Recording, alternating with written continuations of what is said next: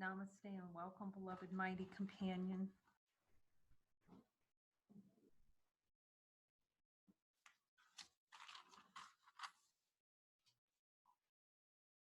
I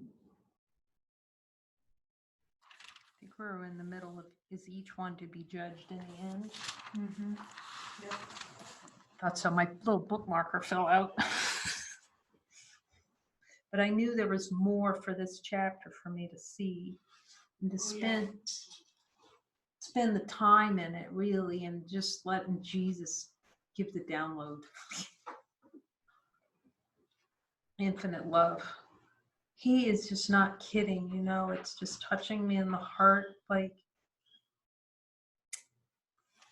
when he says he'll tell you everything you need to know, I'm totally clear that I didn't even know what I needed to know. And the things that he tells me. But it's so much freedom in that. Like it lets us rest, you know, instead of like knowing something, we're everything, and then it just gets provided out of infinite love. Just I have to ask him when I'm hearing something. Jesus, are you telling me that? I need to know that. And also, I've said this before, like the hot potato. Like if I'm having a thought about something, and I just go to him and say, "Do I need to be thinking about this?" And he says, "No." He says he's hilarious. He says, "You don't have to be thinking about much at all." He says, "It's not your function. It is not our function to think." Let's ask him, Jesus. It is not our function to think whatsoever. He said that. He's saying, I can hear him. It's so unnatural. Completely unnatural. We take it for granted, you know. I could see it. I had to work with him a lot. I probably have more to go, but you know, that relishing of thought, like knowing something. Now these thoughts just come, like I don't know what they are. In a way, can't explain that, right? Because he washes it out so much. But there's just not attachment to things. Like something comes up, you know, but it's not personal. There's not a person in it. So you're not stabbing yourself in the eye with a fork all day long. For the fun of it, to see these relished experiences. They're just relished. Oh my gosh. Like I was spending time with them on just, okay, go ahead, give it to me, Jesus. Relishing not being atoned. Like just sitting there, give it to me, Jesus, show me. Like I don't want atonement, not a shred of it, not a little tiny inkling of it, nothing. You just, no, it was like, no, don't want it. See, but until we like stand in and look at that so precisely with him. Because, you know, you kind of reading along in the course, oh, I want salvation. You know, we're thinking, oh, yeah, salvation sounds like a good thing. Cannot see that your light can't be awakened, quote unquote, till you see how much you don't want to be. You don't want to be it. Is each one to be judged in the end? Indeed, yes. Explanation point. Let's put our little God hats. I don't care. Call it a tin hat. I don't care what you call it. It's straight up. And besides, it's playful because he's reminding. Oh my goodness, it's too adorable. You know, I had mentioned this before. I think we're going to have like a 90-day with Jesus program, like for chapter 20. And we're talking about different inspirations for that. And I started putting together a list of the desires from chapter 20. And then here's a movie that demonstrates it. And then Irene's getting inspiration from friends. Some really, I mean, roller coaster hilarious videos from friends that demonstrate some of the different desires. How Phoebe totally unwound. What's his name? Ross. It's hilarious. Those characters are absolutely hilarious.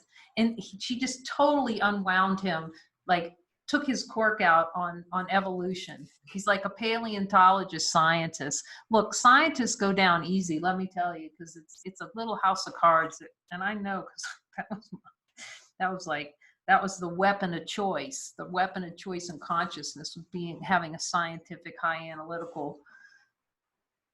And she just, like, her innocence, like her little bubbly innocence, and she just like crashed the idea that he had about evolution.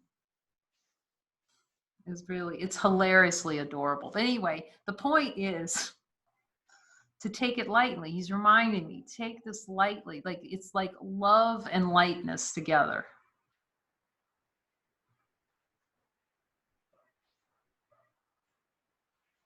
It's just, we can't, I'm talking to him about, like, we just can't do this without, well, first of all, it's help. We already know that, but with really seeing through, to go all the way, that is, to choiceless awareness, to see through all these denials, like how much we don't want atonement. Like, that's the last thing on the list. Like, no and no and triple no. Or whatever the desires are. And to see the play in consciousness. And I was reminded today, because we had Irene and I had this really great joining. We were joining right before the session, and you can start to see the play in consciousness, like where we're burnt out on our jobs or something, and we really don't want it anymore, but we trap ourselves in it. So example that it reminded me of is, like, my sister was working for a pharmacy, but it was a hospital pharmacy, and then she got fired out of that job. And when you look at it, and she could see it too, she didn't want to be there. Mm-hmm. She didn't end up, quote unquote, doing anything wrong. Her boss fired her over losing a pill. You know, there's some pill missing or something, and it's a play in consciousness. She didn't want to be there anymore. We have to see how we want these experiences and how powerful the mind is to create the experience according to the desires that are below the level of awareness.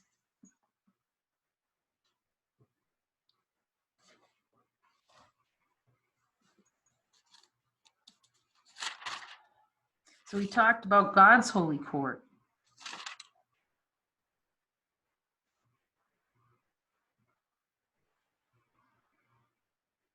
And he was reminding, this is so precious. This is like the middle of paragraph 2 on, is each one to be judged in the end?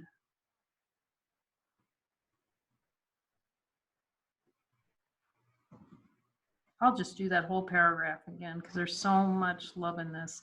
Is this your judgment on yourself, teacher of God? Do you believe that it is wholly true?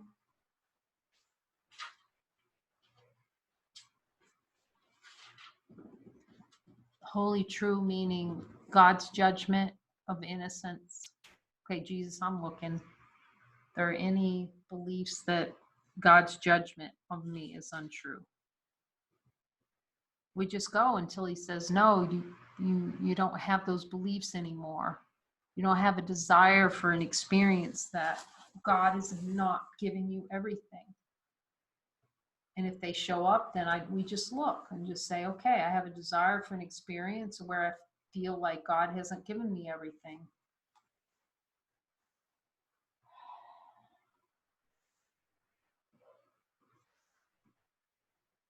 It's just so, this journey with Jesus, you know.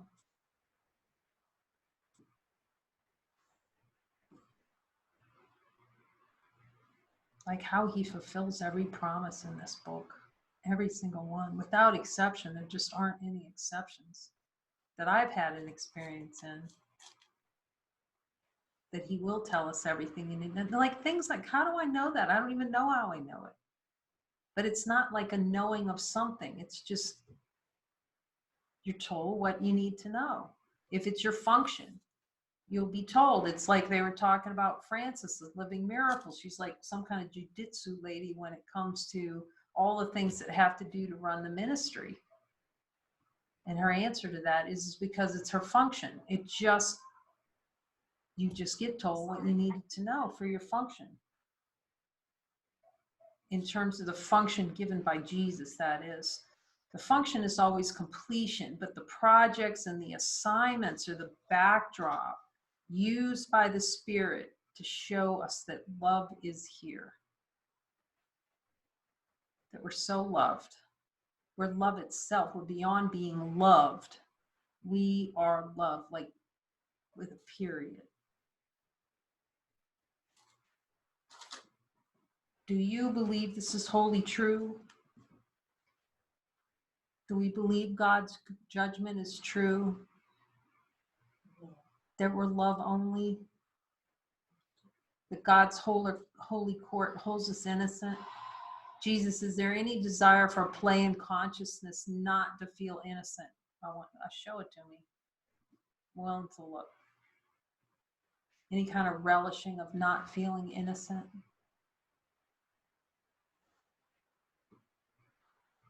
Any relishing that my brother isn't innocent? I'm willing to see that too, because I know my brother's going to point back to any spots where I'm not, any belief I might have about innocence not being available.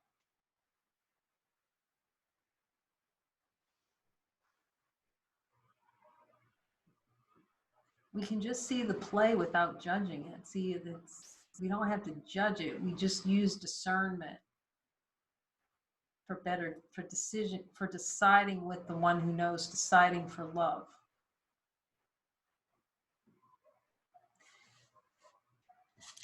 Do you believe this is wholly true? No, not yet, not yet. And we talked about not yet yesterday. Let's look at any not yets in there. I'm not ready yet. This is a rich, rich one. I'm not ready yet. And then chase it back, follow that not ready yet to find out who's saying that. We have to learn where the little backpedaling is, where we're trying to put the brakes. It's like a little fish. You know, we talked about the little fish swimming around the ocean, going around, you know, visiting hermit crab, going, okay,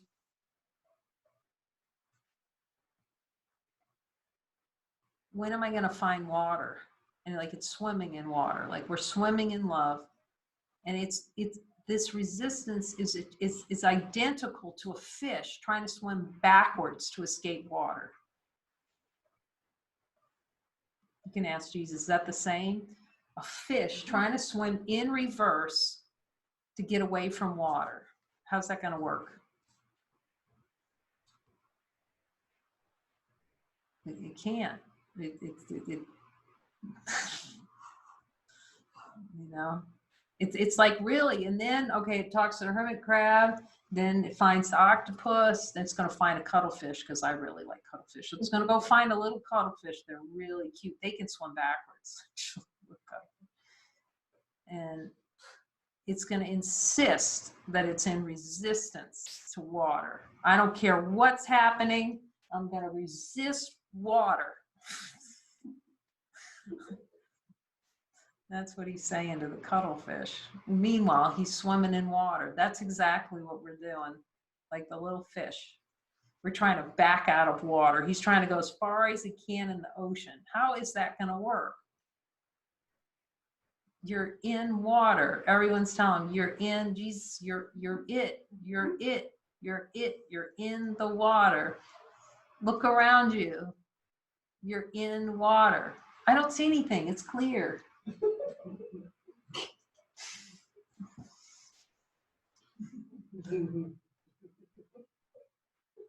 So he swims over, and he finds a little dolphin, and he starts telling the dolphin, I'm in resistance to water right now.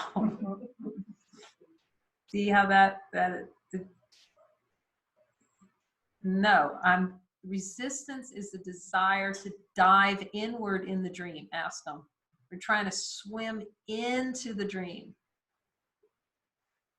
That's all resistance is, because you're still, the dolphin's looking over at the little fish when he's telling him, I am not going to be in water, no matter what. That's what resistance is. God, I am not going to be in love no matter what. He's like surrounded by water. If we look in the light, we see that's true. I am so mad. How come I haven't found water yet? There's a little fish in the water. Goes over to a shark. I'm so mad because I'm not found water yet. You can see that's the play of consciousness. When am I going to find water?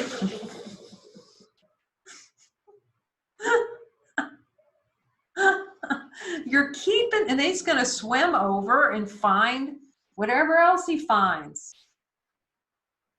Coral. Let's go talk to the coral now and complain. He's going to come sit by me. I want to tell you about how I'm never, ever going to find water.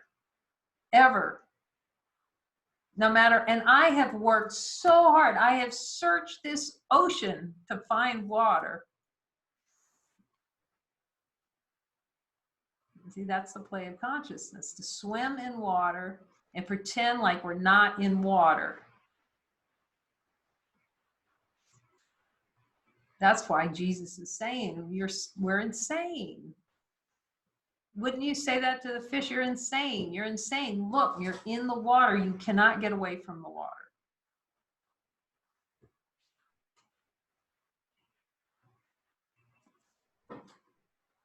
You have to avoid water recovery program. So now he has to go to fish water avoidance recovery school. The school for fish that avoid seeing that they're swimming in water. He's got to go to a class now for this. He has to unlearn that he doesn't know what water is. So he goes to class. He has to forgive that he doesn't know what water is. And even though everyone's telling him, look, you're in water, he's still insisting, no, I'm not in water. That's what we're doing, pretty much. God's saying, here's God coming in. Let's listen for his voice to come down from the heavens. You are innocent. That was hilarious. Like Muji and Satsang, he would tell some kind of story, you know.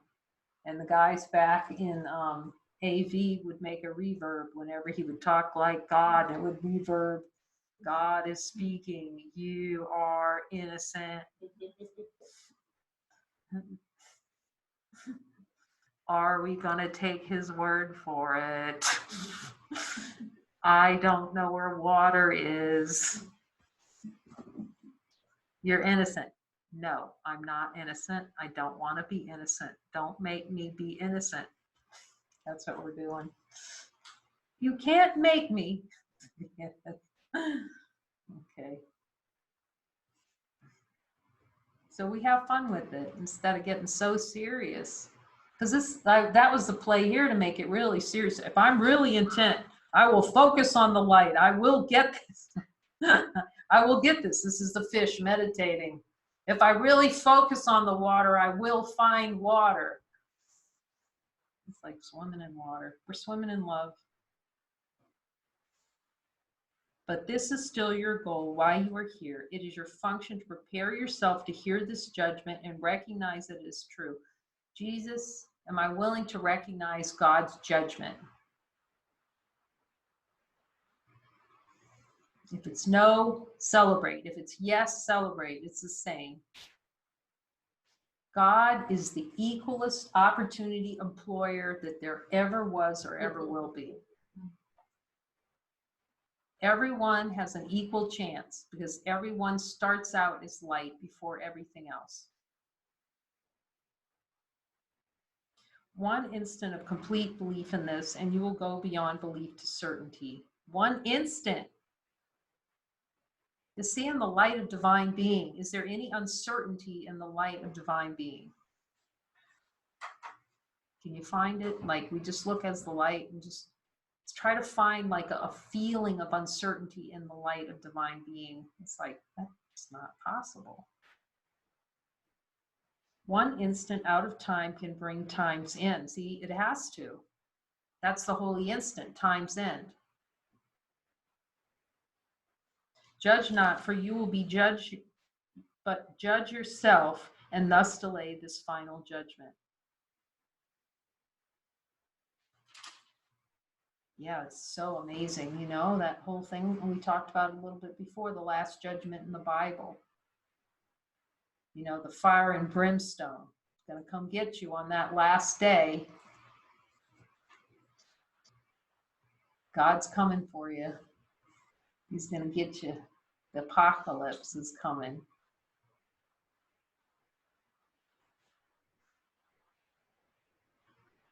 Then we look at the light and it's like, is the light doing anything? It's just here. It has to play. We have to have an investment energetically in fear. The only way for the ego to exist is have that energetic investment that God's going to get us. So we check in with the light. Look around. And if God doesn't get us, the coronavirus is going to get us. Something's going to get us.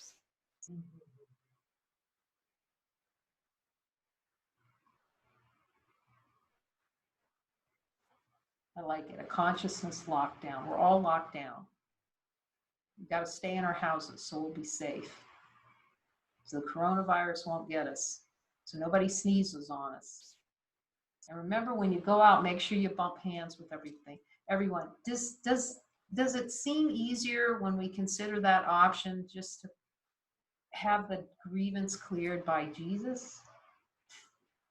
Just like a little bit? For me, it is. Jesus, if there are any coronavirus leftovers, I love it. My sister-in-law, bless her heart, it was just so fantastic. I've talked about it. I might have put it out on I think I put it out on the yogis. She sent me this beautiful picture on the beach. I think I talked about it. And underneath it, she wrote, Coronication. So they just packed up and went to this stunning beach. Took all the kids. Hey, they're off from school. Load them up, move them out.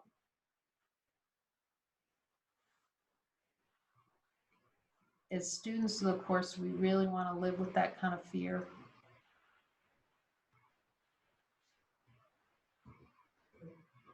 It's funny, we would believe in the coronavirus before we believe in God. We can't see a coronavirus either, but we believe in that before we believe the infinite love of God makes it impossible for us to be susceptible to a virus. That the virus is the ego's idea of itself. That's the virus. Okay. One instant out of time can bring time's end. Judge not for you, but judge yourself. It's so good to see in the light. Check in with the light. Is the light judging anything? It's just peaceful. All the reports come back. What's the light like? Peaceful.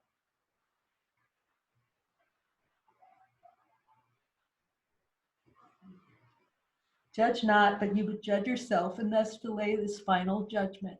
What is your judgment of the world, teacher of God? Have you yet learned to stand aside and hear the voice of judgment in yourself? The voice of judgment, of God's judgment. That's what we're coming together for, to listen to that voice. Jesus' voice, who judges us innocent. He says, that's my only message for you. So your only message for me is that I'm innocent?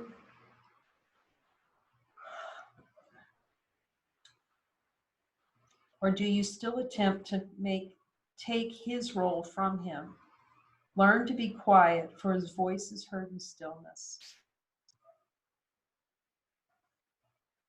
Yeah, you see how important that is, the pause to listen. Jesus is saying it's essential. You know, spending that time of pausing to listen. Like, or the journaling, pausing to listen.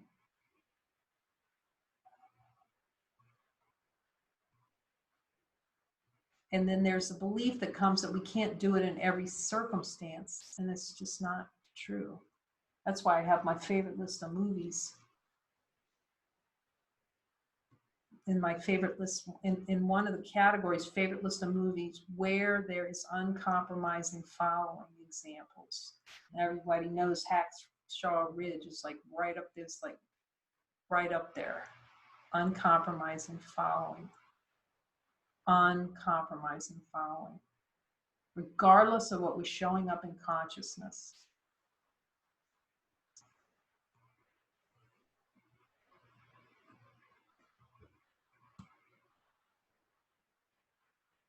And his judgment comes to all who stand aside in quiet listening and wait for him.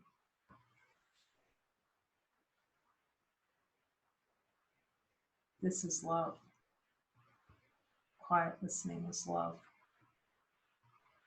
Jesus says yes.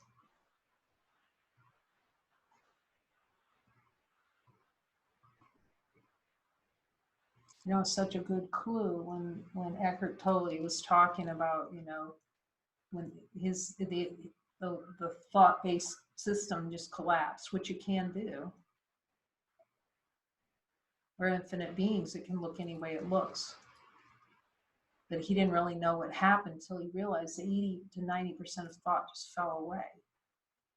And I could see I had to spend a lot of time with Jesus on that wanting, itching thought itch.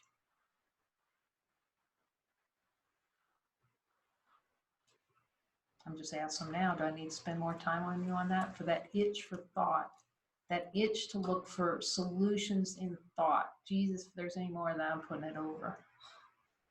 Because that's what denies peace, you know, this beehive thing, which is powered by desire. See, we talked about that. It powers thought. It's powered through desire. You can ask Jesus.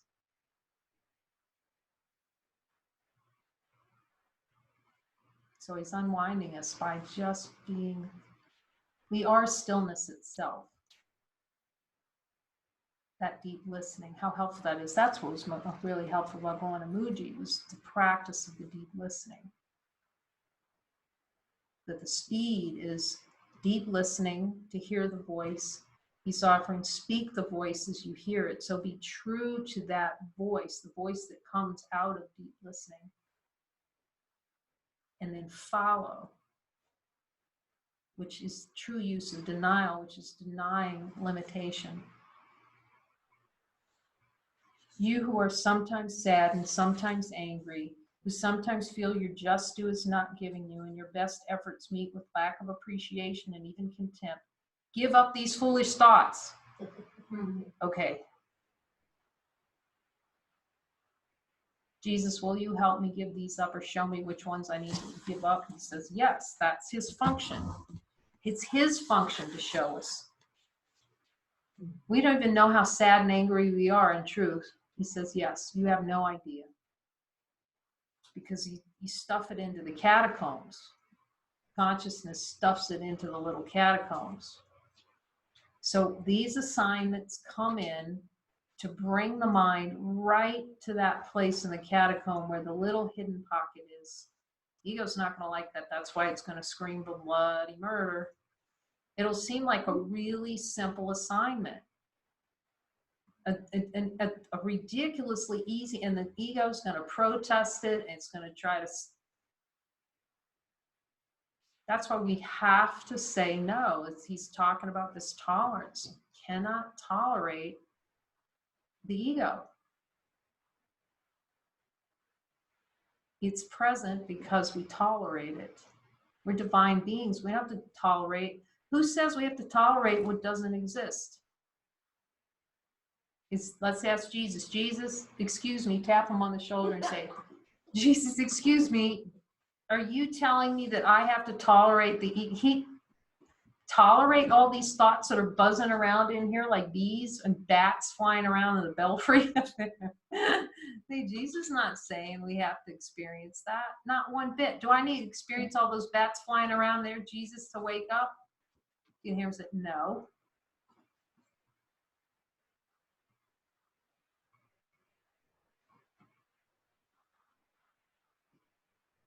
Just have to release the desire for the bats in the belfry. I love that. When, which one was Batman Begins? And he's standing in that bat cave in his greatest fear, and he stood into all those bats flying. Like billions of bats flying. He's just standing. His greatest fear was bats. So we have to do, just stand into it to see we're more powerful than those little thoughts that are coming. And his judgment comes to all who stand aside in quiet listening and wait for him. You who are sometimes sad and sometimes angry. Okay, Jesus, will you show me? Do I have a desire to be sometimes sad and sometimes angry? Okay, she'll give it to me. I'm really to see the relishing of that. Any wanting of experience of sadness or anger.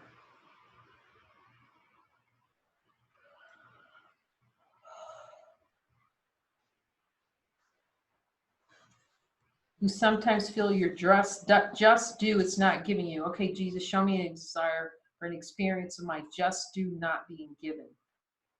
That's entitlement.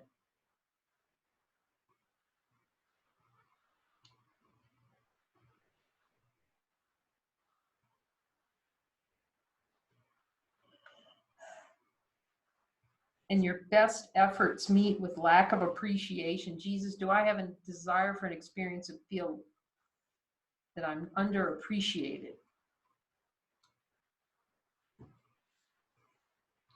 And even contempt. You start to see that contempt. Give up these foolish thoughts. They're too small and meaningless to occupy your holy mind an instant longer. God's judgment waits for you to set you free. What can the world hold out to you, regardless of your judgments on its gift, that you would rather have? You will be judged, and judged in fairness and in honesty. We have to learn what honesty is. Honesty, the only honesty in truth. I mean, he gives us honesty of God.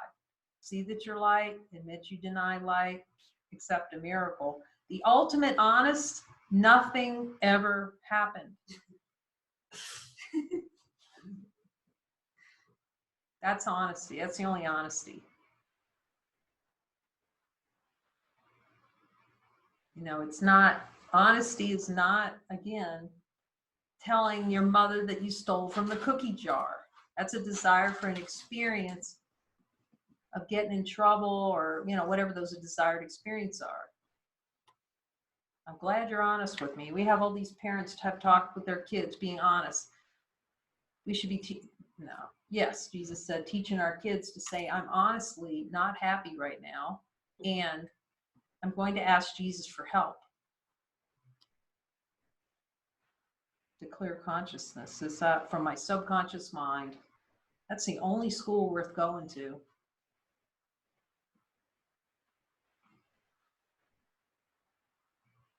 God's judgment waits for you to set you free. What can the world hold out to you, regardless of your judgment on its gifts, that you would rather have?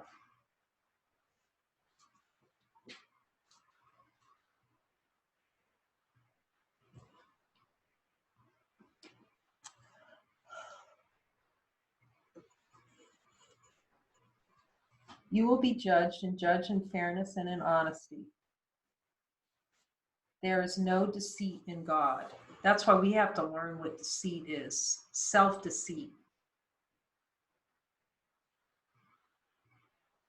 What self-deception is. That's why this, for me, because obviously there is a lot of self-deception going on. That's the play of consciousness, is self-deceit. We have to see it in innocence and not judge it.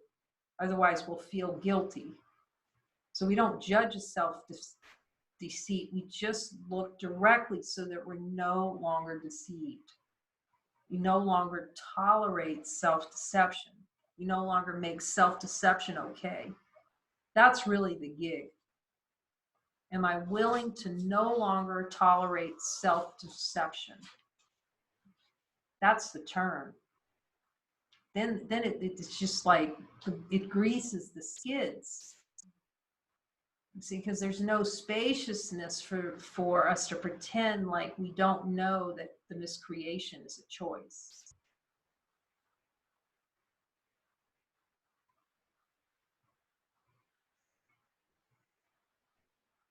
There's no deceit in God.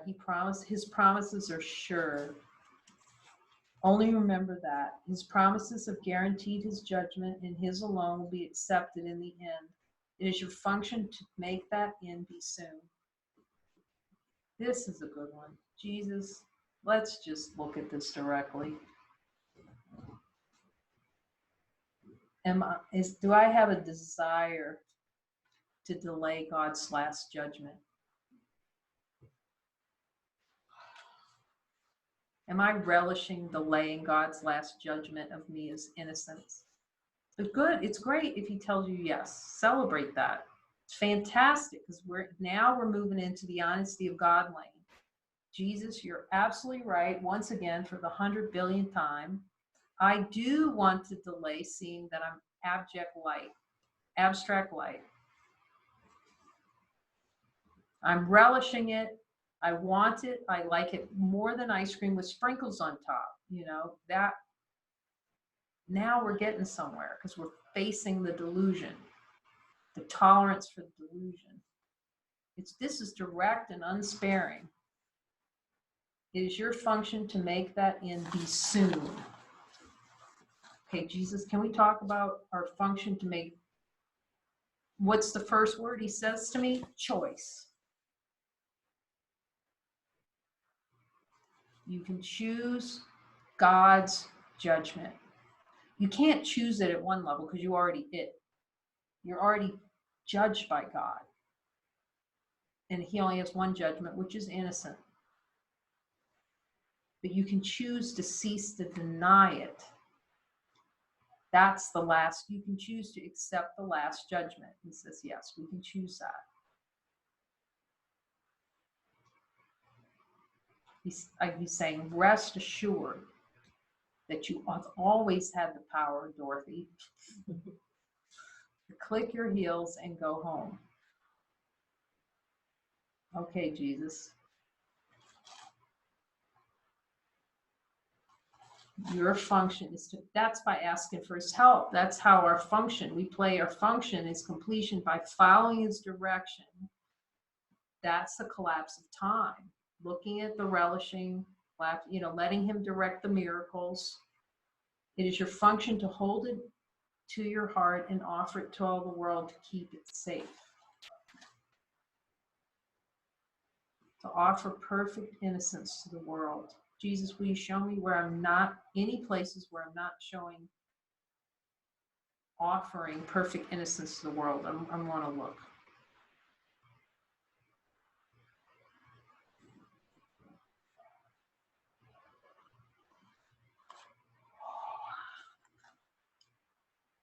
I'm willing to see it. Thank you, Jesus, again for bringing us through the teacher's manual. Tomorrow we have, how should a teacher of God spend the day, his day? That's a good one.